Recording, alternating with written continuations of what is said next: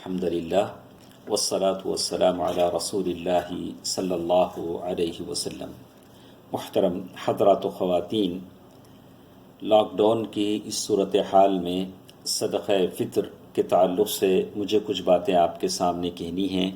رمضان کا مہینہ جب ختم ہونے کو آتا ہے تو جو کچھ لغزشیں خطائیں روزے کی حالت میں ہم سے ہو جاتی ہیں، اس کے تلافی کے لیے صدقہ فطر آدمی ادا کرتا ہے، جو اللہ کے رسول صلی اللہ علیہ وسلم نے ہر مسلمان پر فرض قرار دیا ہے۔ اسی طرح اس صدقہ فطر کا ایک مقصد یہ بھی ہے کہ جو غریب مساکین ہمارے ساتھ ہیں ان پر ہم صدقہ کریں تاکہ وہ بھی عید کی خوشیوں میں ہمارے ساتھ شامل ہوں۔ اور کون دے گا صدقہ فطر؟ تو ہم کو معلوم ہونا چاہیے کہ ہر وہ آدمی جس کے پاس اس کے خاندان کے ضرورت سے زائد، خاندان کے افراد پر خرچ کرنے سے ضرورت سے زائد اگر غلہ ہے، اناج ہے، پیسے ہیں، تو ایسا آدمی ہے، اس پر صدقہ فطر واجب ہے۔ یہ ضروری نہیں ہے کہ وہ صاحب نصاب ہو، زکوٰۃ کے نصاب کا مالک ہو، ایسی کوئی شرط نہیں ہے۔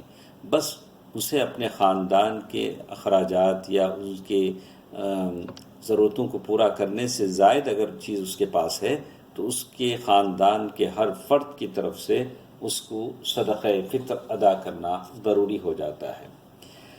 صدقہ فطر کب دینا چاہیے؟ تو عید کے 2 دن سے پہلے اور عید کی نماز پڑھنے سے پہلے تک اس کا وقت ہوتا ہے، اور عید کی نماز کے بعد جو دیا جائے گا وہ صدقہ فطر میں شمار نہیں ہوگا۔ اور یہی بات اللہ کے رسول صلی اللہ علیہ وسلم نے جسے اس حدیث میں کہا، ان رسول اللہ صلی اللہ علیہ وسلم امر باخراج زکاة الفطر ان تؤدی قبل خروج الناس الى الصلاة، یعنی لوگوں کی عید کی نماز کے لیے نکلنے سے پہلے صدقہ فطر ادا کر دیا جائے گا، یعنی عید کے 2 دن سے پہلے سے لے کر عید کی نماز کو نکلنے سے پہلے تک صدقہ فطر ادا کر لیا جائے گا۔ اور اسی طرح صدقہ فطر کتنا دینا چاہیے؟ اللہ کے نبی صلی اللہ علیہ وسلم کے زمانے میں 1 صاع اناج دیتے تھے۔ جو کچھ اناج وہاں کھایا جاتا تھا اس زمانے میں، پنیر، کھجور، جو کچھ کھائے جاتے تھے، ایک زمانہ آیا تو گیہوں بھی دینے لگے۔ آج کل کے زمانے کے حساب سے ہم چاول کھاتے ہیں تو چاول دیں گے، اور چاول 2.5 کلو آدمی دے سکتا ہے۔ اور پھر یہ ضروری نہیں کہ جگہ جگہ ریٹ لکھ دیا جاتا ہے، وہ ریٹ کا حساب نہیں ہے۔ آدمی اگر جتنی قیمت کا چاول کھاتا ہے ویسے، اور بہتر ہے کہ اور اچھا ہے کہ آدمی اناج کی شکل میں صدقہ فطر ادا کرے، یہی سنت ہے۔ اناج کی شکل میں اس کو صدقہ فطر دینا چاہیے۔ صدقہ فطر کس کو دینا چاہیے؟ تو کہا کہ محتاج ہیں، مسکین ہیں، آدمی اس کو صدقہ فطر دے۔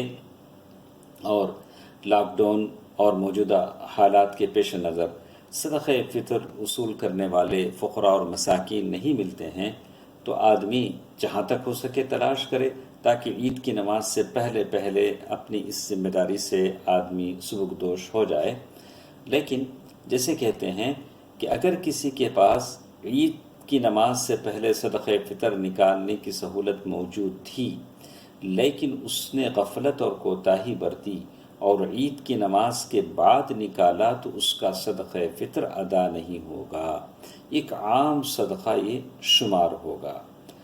تو عید کی اب سوال یہ ہے کہ آدمی عید کی نماز سے پہلے کیسے ادا کرے گا، جبکہ مسجدوں میں، عیدگاہوں میں نماز نہیں ہو رہی ہے۔ تو موجودہ حالات میں جن مقامات پر عیدگاہ میں نماز ادا کرنے کی اجازت مل جاتی ہے، وہاں کے افراد نماز عید سے قبل اپنے صدقہ فطر کو نکال دیں، اور جن مقامات پر اجازت نہیں ملتی لیکن مساجد میں چند افراد عید کی نماز پڑھ سکتے ہیں، تو محلے کی مسجد کی نماز کا عید کا وقت دیکھ کر آدمی اپنا صدقہ فطر دے دے گا۔ اگر اس کی بھی گنجائش نہیں ہے تو اپنے گھر میں جیسے وہ عید کی نماز پڑھتا ہے تو عید کی نماز پڑھنے سے پہلے صدقہ فطر ادا کر دے گا۔ یہ چند احکامات تھے جو صدقہ فطر سے متعلق تھے۔ اللہ تبارک و تعالی ہر ایک کو وقت پر صدقہ فطر ادا کرنے کی توفیق دے، آمین۔ والسلام علیکم ورحمۃ اللہ وبرکاتہ.